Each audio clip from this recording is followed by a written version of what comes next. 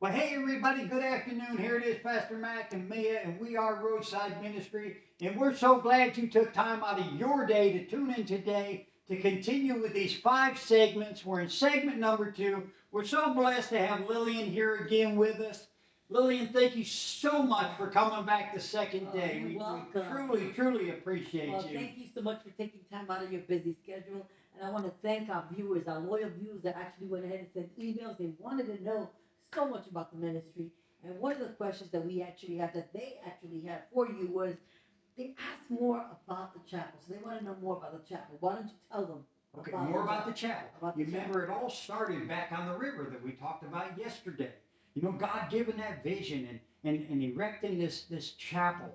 And of course we shared it with our son-in-law and my daughter.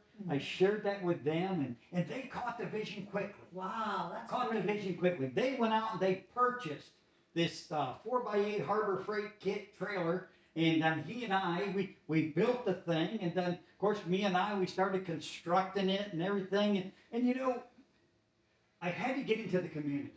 I Okay. had to bring an awareness to the people in the community what we were doing.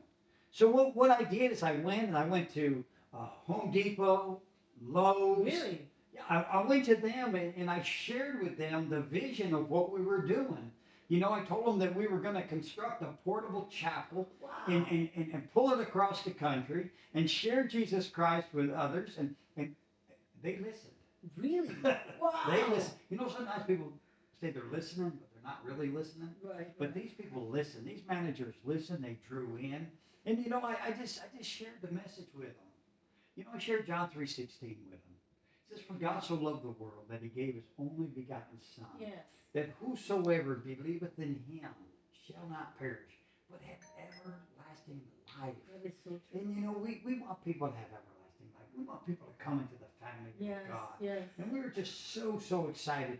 And like I said, Home Depot, Lowe's, PPG said, "Hey, we got the paint." Hobby Lobby and the windows, and then a boat company over here in Titusville said, "Hey, you know, we can cut your windows, preacher." So So that wait a minute. So this is they charge you for this or no? no, all this was all donated. Wow, their Everything, time yeah, and all that. everything was donated. Everything was donated all the way down from the letters on the side of the chapel that say Roadside Ministry. Wow. You know, it was just so exciting how you know It all came together. all came together. And you know the thing is, what I've been saying is, it's not about Mac and Mia. Right, right. It's about the vision. The The vision. vision to reach people for Christ.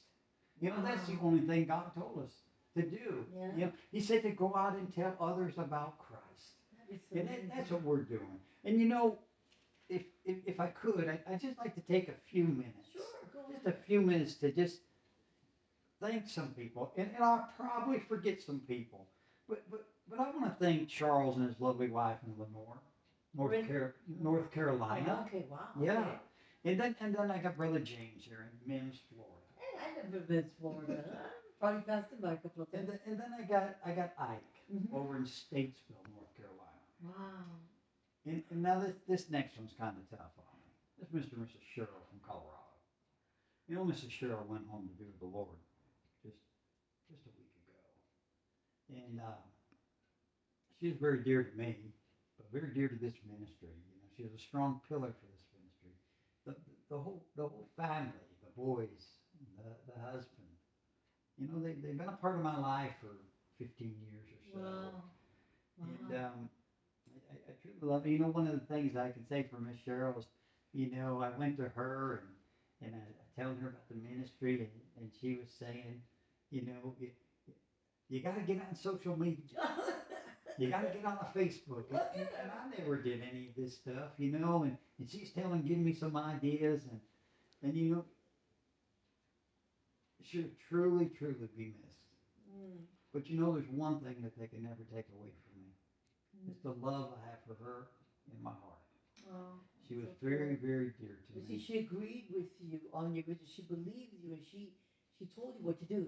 You know, just to make your vision come to pass. You know, Yeah. and she believes in you. And it's important when you have a vision that someone believes and agrees with you. You know, like the Bible tells you in Matthew 18:19, if two on earth agree about anything, whatever you ask will be done by our Father in heaven.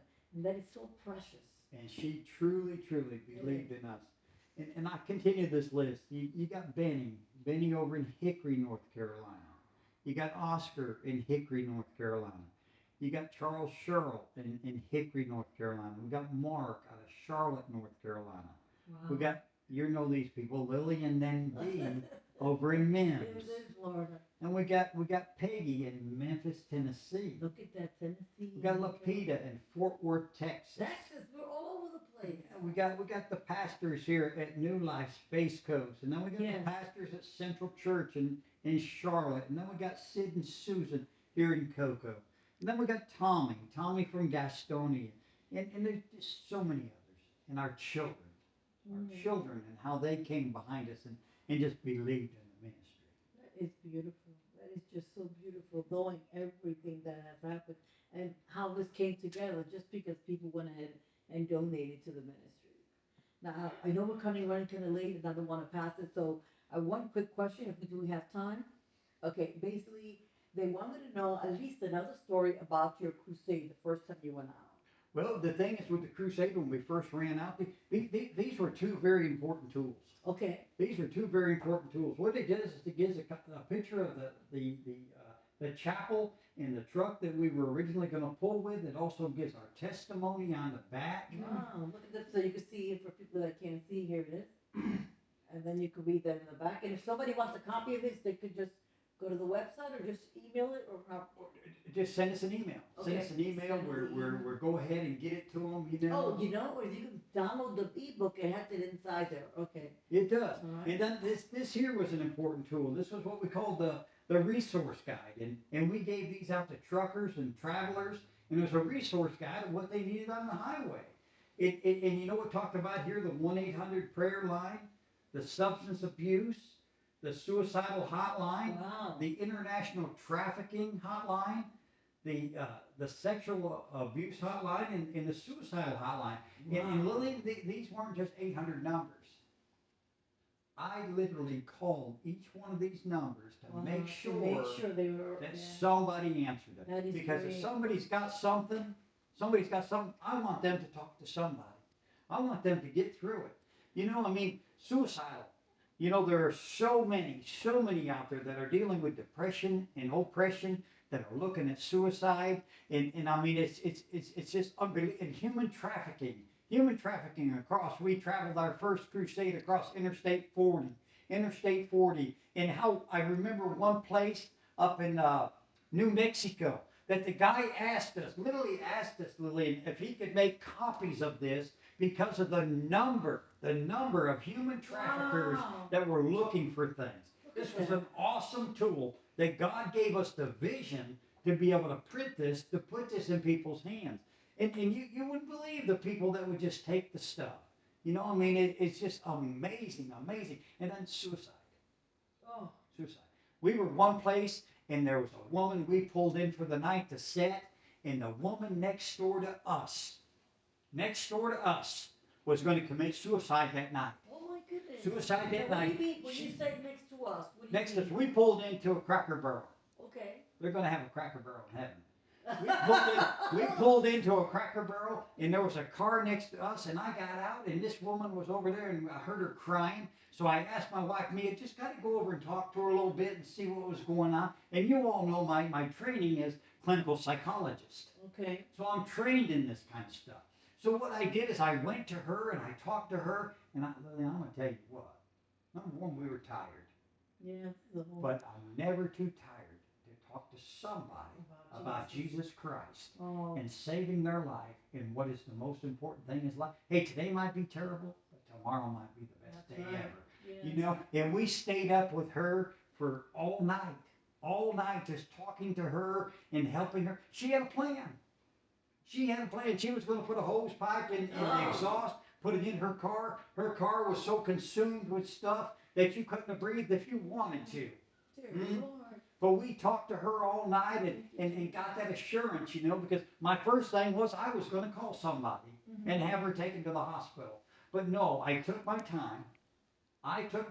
Stayed up all night with this girl, Oh, lady. Thank you, Lord. And we talked to her all night, and in the morning she was there, and she felt so much better.